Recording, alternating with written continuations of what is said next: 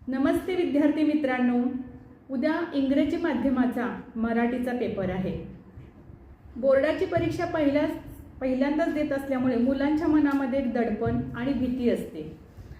त्यामुळे उद्याच्या पेपरबद्दल पण मुलांच्या मनामध्ये थोडंसं भीती असतेच आणि थोडं प्रेशर असलं पाहिजे असं मला वाटतं। त्याच्यामुळे तुम्ही अजून पण चांगला अभ्यास करून चांगलं प्रेझेंटेशन कराल, पण जास्त भीती बाळगायची काही गरज नाही बाळांनो। कारण ह्याच्या आधी पण तुम्ही अशा परीक्षा दिलेल्या आहे, तुम्ही वर्षभर मेहनत घेतलेली आहे आणि खूप पेपर तुम्ही सोडवले असतील।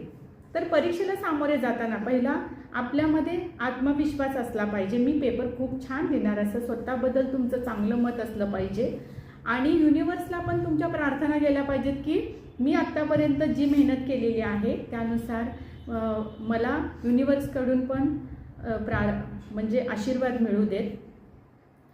त्यासाठी जेव्हा तुमच्या हातामध्ये पेपर येईल तेव्हा तुम्ही एक दीर्घ श्वास घ्या। जेव्हा आपण श्वास घेतो बाळांनो तेव्हा ऑक्सिजनची लेवल आपली वाढते आणि जेव्हा ऑक्सिजन आपल्यामध्ये जातो तेव्हा आपलं कॉन्फिडन्स वाढतो आणि त्या कॉन्फिडन्समुळं, त्या आत्मविश्वासामुळं आपण कमी चुका करतो आणि अशा आत्मविश्वासाने पेपर लिहायला सुरुवात करा। पेपरमध्ये 5 विभाग असणार आहेत, विभागाप्रमाणेच पेपर लिहायला घ्या। गद्य विभाग, पद्य विभाग, मग स्थूल वाचन, भाषा अभ्यास, व्याकरण आणि मग रचना विभाग असं लिहा।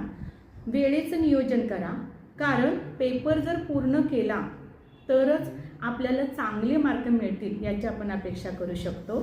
त्यानंतर आहे पेपर प्रेझेंटेशन। जसं की तुम्ही एखादा केक बनवलेला आहे आणि वर जसं तुम्ही टफिंग जितकं छान कराल त्या पद्धतीनं तुमचा केक अजून छान वाटणार आहे। त्यामुळं तुम्ही किती अभ्यास केला हे पाहण्यासाठी तुमचं प्रेझेंटेशन खूप महत्त्वाचं आहे बाळांनो, तर त्यामुळे ते व्यवस्थित करा।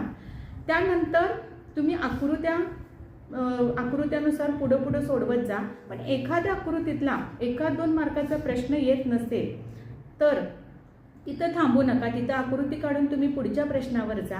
अशा पद्धतीने सगळा तुम्ही पेपर कव्हर करा आणि त्यानंतर तुम्ही 1-2 मार्काचं जे उरलंय ते शेवटच्या 15 मिनिटात तुम्ही पूर्ण करा। काही वेळेला काय होतं माहिती आहे का की त्या 1-2 मार्कासाठी आपण पुढचा निबंध वगैरे असे मोठे प्रश्न सोडून येतो, तर असं नका करू। पेपर खूप छान लिहा। त्यानंतर प्रश्नाचा नंबर लिहा। प्रश्नाचा नंबर जर तुम्ही लिहिला नाही तर प्रश्न चेक केला जात नाही, त्यामुळे त्याची पण तुम्ही काळजी घ्या। तुम्हाला येणाऱ्या परीक्षेसाठी खूप खूप शुभेच्छा आणि खूप खूप आशीर्वाद।